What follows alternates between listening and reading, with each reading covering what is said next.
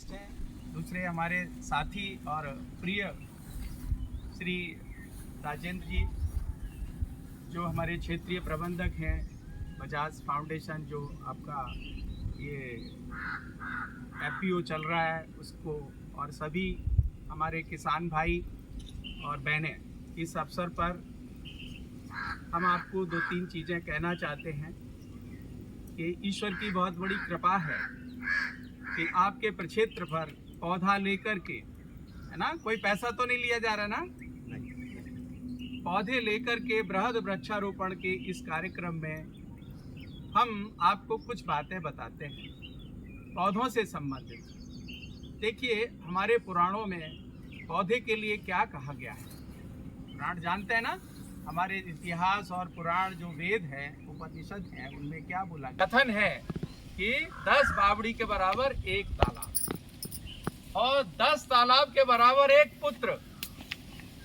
कहते हैं ना, यही हमको वैकुंठ का मार्ग दिखाएगा। बेटा पैदा होता है, अरे साहब बहुत आनंदी, कितना आनंद ही आनंद है।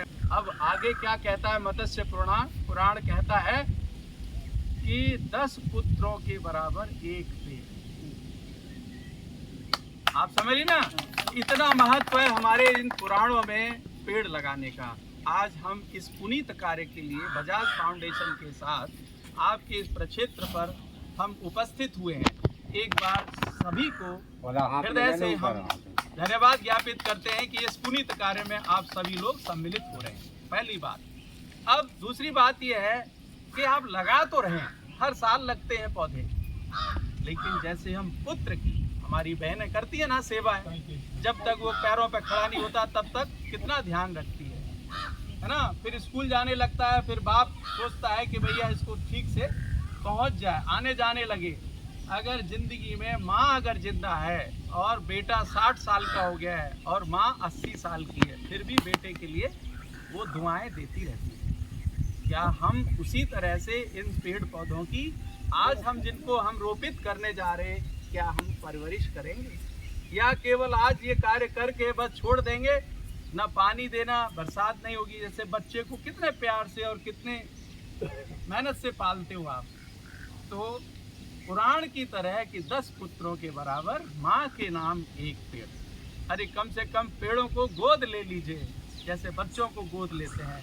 गोद ले लिया तो जिंदगी भर हम क्या करते हैं, उसकी देखभाल करते हैं। ठीक उसी तरह से जब तक ये जैसे इतना बड़ा ना हो जाए, जब तक इसको ज़रूरत है पानी देने की, खाद देने की, या कोई कीड़ा लग गया है तो उसको सुरक्षित रखने की, ये हमारा कर्तव्य होना चाहिए। अब हमें क्या क्या देते हैं ये देखो, कोरोना काल में देखा, ऑक्सीजन के लिए तड़प रहे थे लोग, मर गए जरा लोग, तो ऑक्सीजन देते हैं, प्राणवायु देते हैं, फल देते हैं, लकड़ी देते हैं, छाया देते हैं।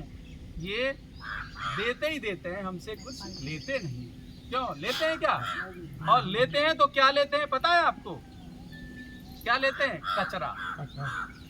और देते क्या है? आम, अमरूद। देते क्या है? जैसे गाय खाती क्या है? घास, और देती क्या है? दूध। तो जो माँ है, चाहे धरती को कहो, धरती माता जो देने वाली होती है उसी को हम माता कहते हैं। सही बात है क्या?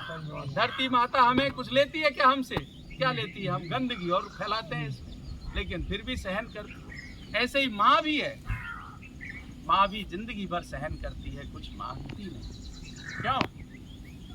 गौ माता भी तो हमारी, ऐसे ही गुरु माता, कल जैसे क्या था, गुरु पूर्णिमा थी। पहली माता ही गुरु माता जो होती है, पहला गुरु तो वही होती है बच्चे के लिए, माता पिता। फिर उसके बाद जो जीवन में जितने लोग हैं हमें शिक्षा देते हैं, ज्ञान देते हैं, कुछ ना कुछ देते हैं, वो सभी हमारे जीवन में महत्वपूर्ण होते हैं। इसीलिए हमें उनका योगदान को कभी मरते दम तक भुलाना नहीं चाहिए। खास तौर से प्रकृति के योगदान को, जो बच्चे से लेकर के जब पैदा होता है तो हम पालना बनाते हैं। काहे का बनाते हैं? अरे पालना काहे का बनाते हैं? आजकल लोहे का बनने लगा है, पहले तो लकड़ी का ही बनाते थे, रस्सी और लकड़ी का पालना बना लिया। जिंदगी भर रोटी खाई तो चूल्हे पे लकड़ी लगा करके खाई, और जब विदा हो गए संसार से तो चिता काहे में जल रही है? लकड़ी।